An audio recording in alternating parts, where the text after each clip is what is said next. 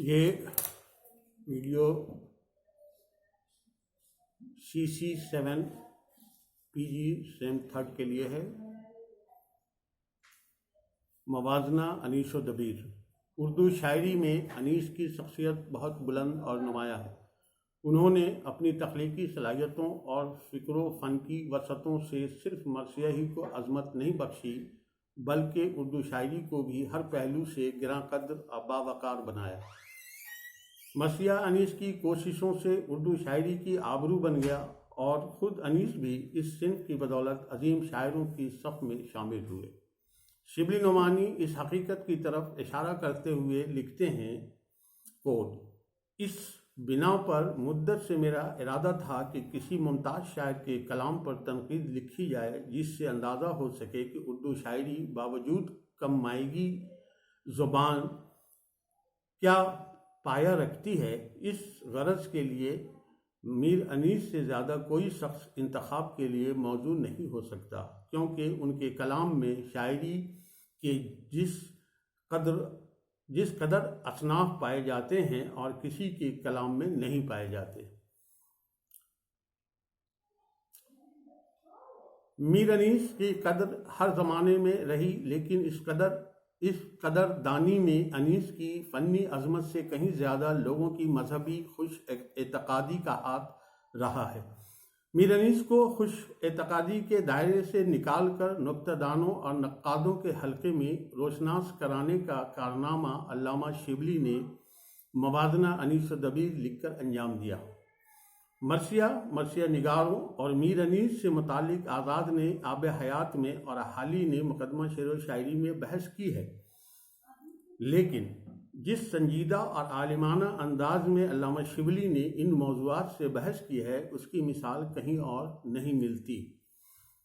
موازنہ انیس و دبیر نظریاتی اور عملی تنقید کا بہترین نمونہ ہے۔ پہلے علامہ شبلی نے شاعری، لوازمات شاعری، تشبیہ و استعارہ، قافیہ، ردیف، لفظ و معنی کے باہمی ربط اور فصاحت و بلاغت پر تفصیل سے روشنی ڈالی ہے، اور ساتھ ہی ساتھ انسانی جذبات و احساسات، منظر نگاری، واقعہ نگاری، رزمیہ جیسے اہم موضوعات سے بھی بحث کرتے ہیں۔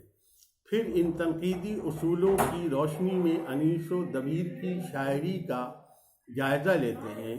اس طرح علامہ شبلی نے مغربی تہذیب کی پیروی کے بجائے عربی و فارسی تنقیدی نظریات کو اپنا موضوع بنایا ہے۔ کسی بھی فن پارے کو پرکھنے کے لیے یہ بہترین تنقیدی اصول ہیں۔ انہیں اصول کی روشنی میں اعلیٰ شاعری کے محاسن کا سراغ میر انیس کے کلام میں لگانے کی کوشش کی ہے۔ وہ روایتی انداز سے بندھے ٹکے اصولوں کے مطابق کوئی تنقیدی فیصلہ صادر کرنے کے بجائے لفظ و معنی کی روح میں اتر کر کوئی فیصلہ کرتے ہیں۔ شبلی نعمانی کی اس تنقیدی روش سے بہت سی ایسی غلط فہمی کا ازالہ ہو جاتا ہے جو علمی حلقوں میں پائی جاتی ہیں۔ اس کی مثال شاعرانہ حلقوں میں یہ فقرہ ضرب المثل ہو کر رہ گیا تھا کہ میر صاحب میں فصاحت زیادہ ہے اور مرزا صاحب میں بلاغت۔ شبلی نے فصاحت و بلاغت کی تشریح کرنے کے بعد میر انیس اور امکانی پہلوؤں میر انیس اور مرزا دبیر کے کلام سے مثالیں پیش کرتے ہوئے ثابت کیا ہے کہ میر انیس نے دبیر کے مقابلے میں واقعات کی فطری صورتوں اور امکانی پہلوؤں کو زیادہ نظر رکھا ہے اور کہیں بھی انہیں غیر فطری رنگ اختیار کرنے نہیں دیا ہے۔ اسی طرح تسلسل کلام، لفظوں کی موسیقی اور زبان کی شیرینی اور گھلاوٹ کے اعتبار سے بھی میر انیس کو مرزا دبیر پر فوقیت دی ہے۔ بہت ممکن ہے کہ شبلی کی کتاب میں تحقیق کی کچھ خامیاں رہ گئی ہوں اور نقادوں کے اس خیال میں بھی کسی حد تک صداقت ہو کہ انیس شبلی کے ہیرو تھے اور اکابر پرستی، ہیرو ورشپ کے جذبہ کے تحت میر انیس کی برتری ثابت کرنے کے لیے دبیر کو گرانے کی شعوری کوشش کی ہے۔ اس مقصد کے پیش نظر میر انیس کے بہترین اشعار کے مقابلے میں دبیر کے کمزور اشعار پیش کیے ہیں۔ اسی طرح بعض ایسے اشعار دبیر کی طرف منسوب کر دیے ہیں جو دوسرے